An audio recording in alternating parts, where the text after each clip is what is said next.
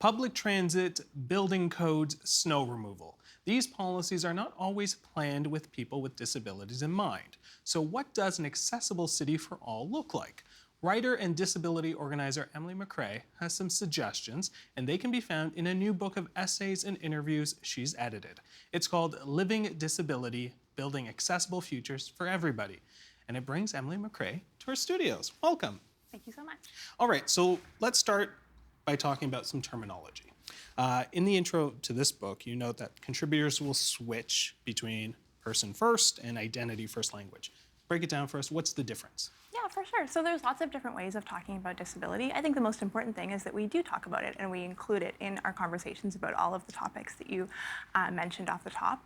When we say person first, that would be like saying a person with a disability. And so the motivation there is to focus on the person rather than the disability and to put that first in the phrase. Another approach would be identity first language. And so that would be like saying disabled person or disabled people. And I think that is acknowledging that disability is an inherent part of a person's identity. It sort of shapes how they interact with the rest of the world. Why do different writers in this book have different preferences in terms of how they want to, identify? Yeah, for sure. I think it's not like one is better than the other. Both are equally valid. I think if you're interacting with someone, you can kind of wait and see which language they use. You can ask outright if you want to be extra clear. But I think one reason that there is this variation is that anyone who's disabled is balancing other identities, whether we're part of a queer community, a faith community. We're also, in relationship with other people who have other ways of moving through the world. And, everyone chooses language that best represents their experiences. All right, one more terminology, but I promise is the last one. Many of these chapters refer to the medical model of disability versus the social model. What does each model look like? Can you give us some examples there? When we're thinking about different frameworks for understanding disability, really the medical and the social models focus on different aspects of what needs to be fixed. So the medical model thinks about disability as being a flaw that is inside of an individual. And so there's a need for scientific intervention, whether that's from a doctor, from another healthcare professional to cure or to treat the disability or the flaw in the person. And I would say, something about that is that it puts a lot of pressure on the individual to change and adapt, right? They need to do things differently to be more like other people. In contrast, the social model frames disability as a mismatch between a person and their environment. And so that's useful because that allows all of us to look around us and think about what could be different so that more people could participate more fully. Do you have an example for that model? So if we're thinking about the social model of disability, if there were no lights on, not only in this room, but in this building, you and I might need night vision goggles to get around. And that would be honestly a pretty expensive and specialized assistive device that would allow us to get to the exit or get to the next floor. In contrast, someone who's blind or low vision and who is accustomed to navigating using other cues that aren't necessarily visual would probably not have a problem in that environment. Okay, all right. I want to read a little snippet from the book. It starts off by saying, "We're the experts, but we are not a monolith. A foundational piece of being disabled is knowing that other people don't move through the world like you do, don't notice what you do. We're musicians and artists, academics and activists, thrifters and gardeners, film critics and movie buffs. Every person in this book has an area of expertise beyond our lived experiences of disability. We are disabled and not disabled, but we've found solutions and bridged problems that others have never had to consider." People in the disability community may have completely different experiences in the world and how they navigate their city. So how did you come together to advocate for change when experiences are so different? I mean, I love my city. I care deeply about Toronto, but I'm also curious about other communities of all sizes and how they work or why they don't.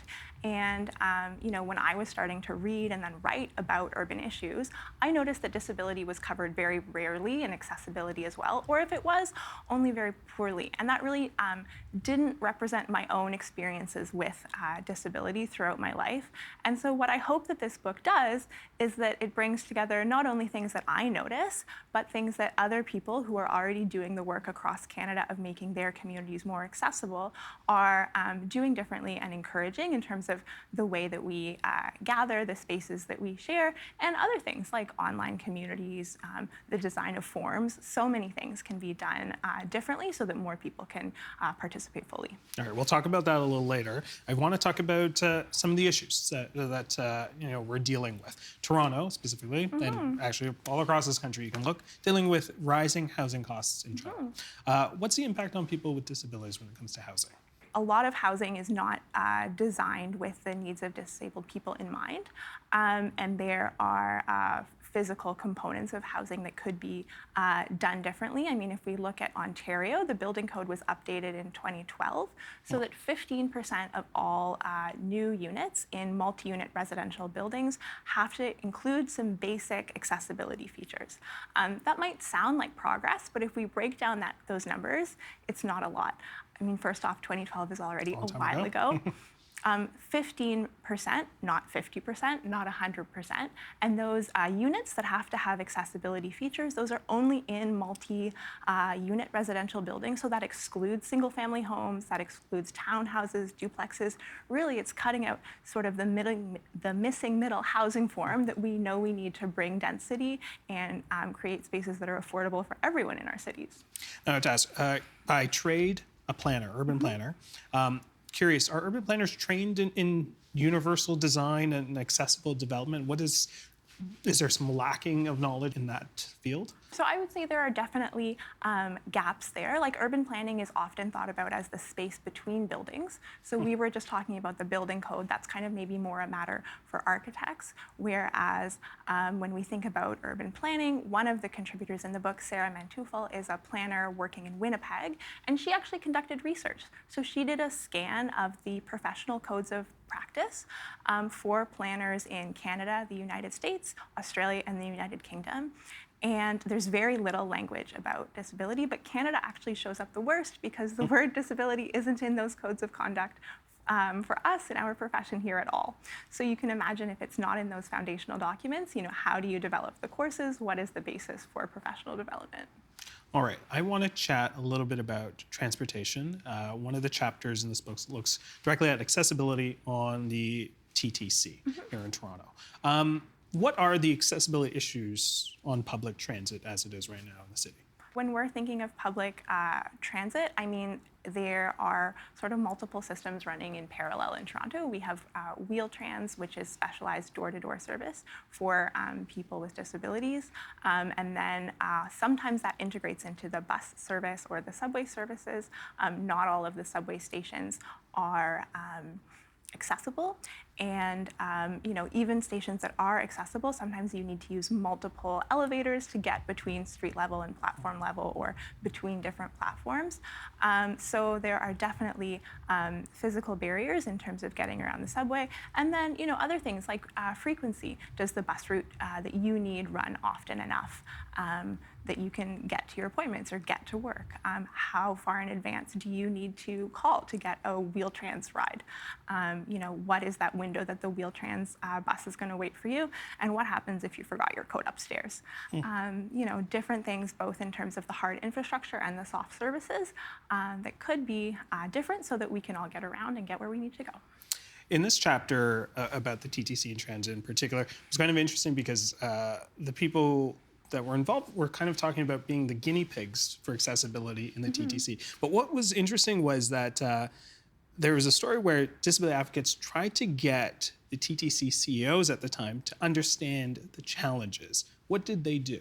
Mazen Aribi writes about his experiences with the Advisory Committee for Accessible Transportation, and one of the things that he did with multiple TTC leaders was offer them the opportunity to spend a day with him using a wheelchair and going through that system that I was just describing. So using conventional buses, using Wheel-Trans, and using the subway as a way to see sort of like what are those bumps along the road that you're encountering when you're trying to transfer between vehicles and get between stations simulations.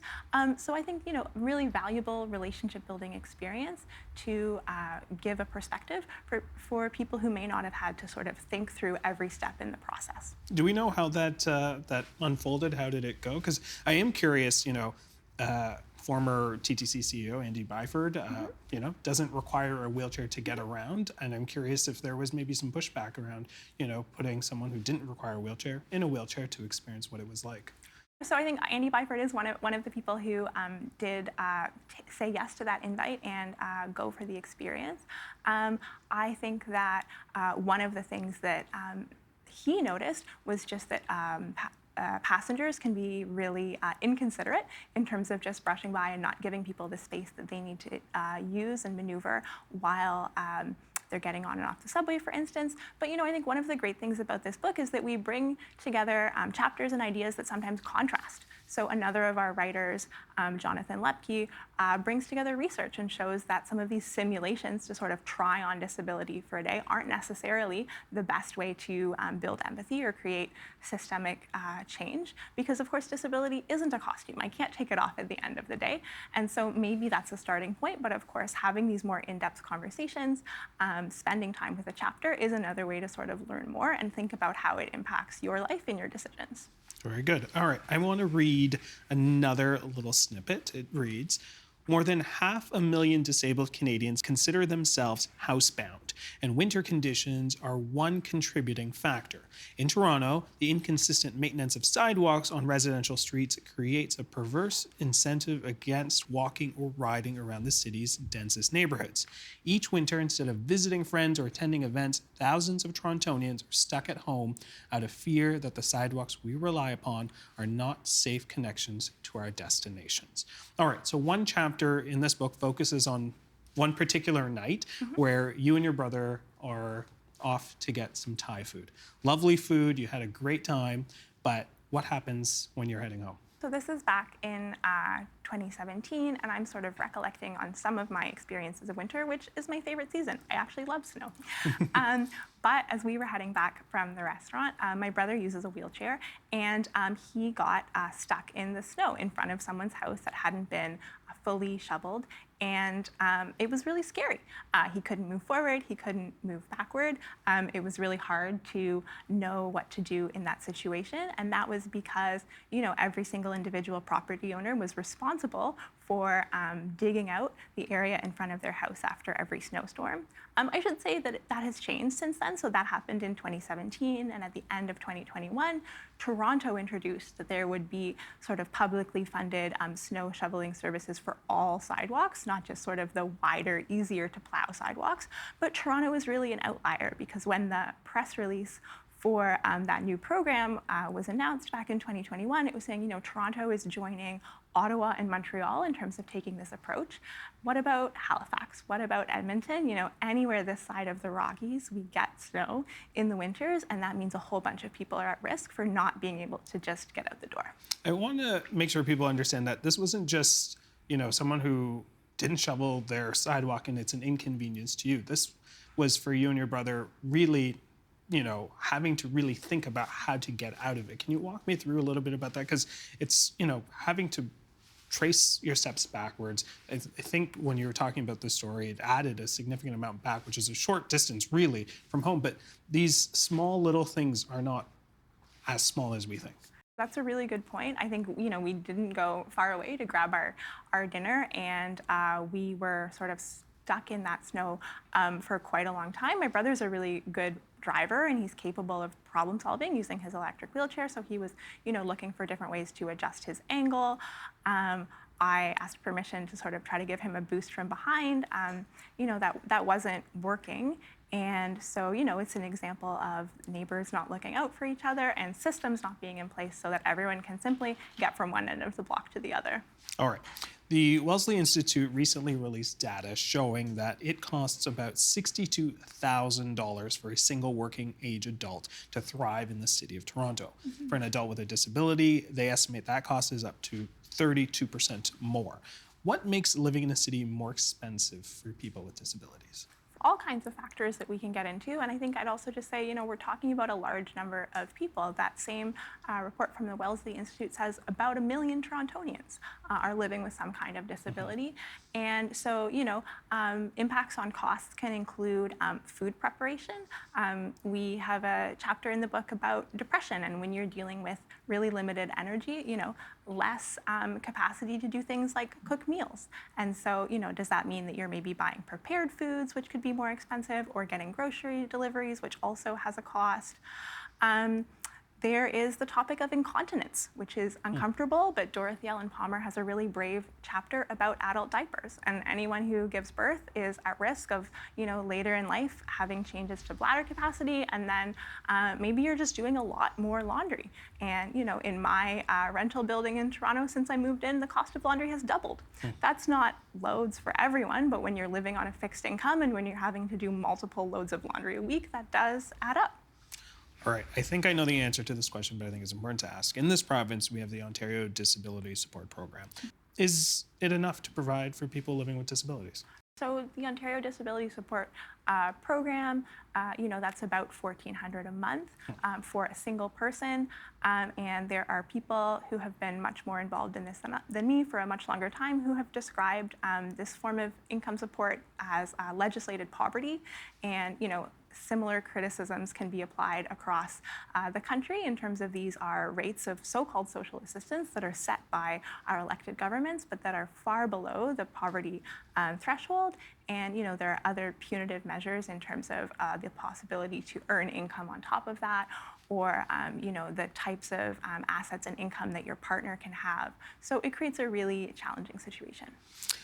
One of the things that we saw, particularly during the pandemic, was a influx of people leaving the city.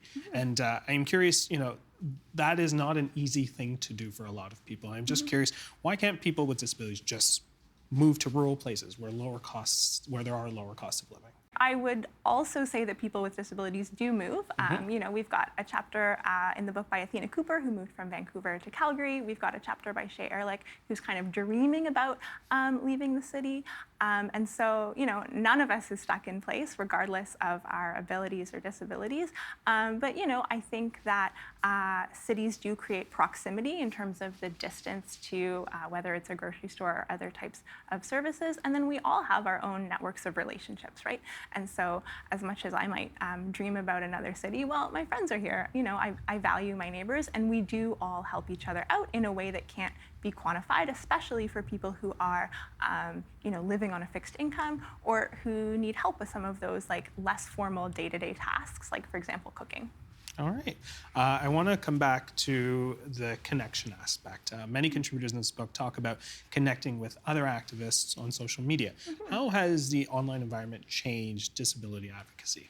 I think that those online connections have been a great way to share ideas and also vent frustrations. I think of hashtags like AODA fail, so that's some provincial legislation, or everyday ableism, just kind of calling out the comments that many of us receive. But then also it can be a space to just sort of share interests and joy that is above and beyond, or I guess I could say separate from activism. Things like wildlife photography. Nick Steenhout is wrote a chapter about the ways that he finds birds and takes photos in all kinds of beautiful areas, and also the online communities that he has formed that is sort of separate from advocating for better accessibility, whether that's in building websites or designing physical spaces. All right, my last question to you. What will it take to get policymakers to prioritize making cities accessible? I think I would say prioritization starts with slowing down and learning the basics. So I'm really glad that we did talk about some of the language as part of this conversation. I think, too often people are scared to talk about disability because they don't want to say the wrong thing. And so, become comfortable with those terms. Think about who in your life you could talk to learn more, and think about what decisions you could hand over, what power you could cede, so that people who have this expertise, people who know about disability and accessibility, can be the ones to have the final say. Emily, we're going to leave it there. Thank you so much. Fantastic collection of reads there. Really appreciate all the work you do. Thanks so much for having me.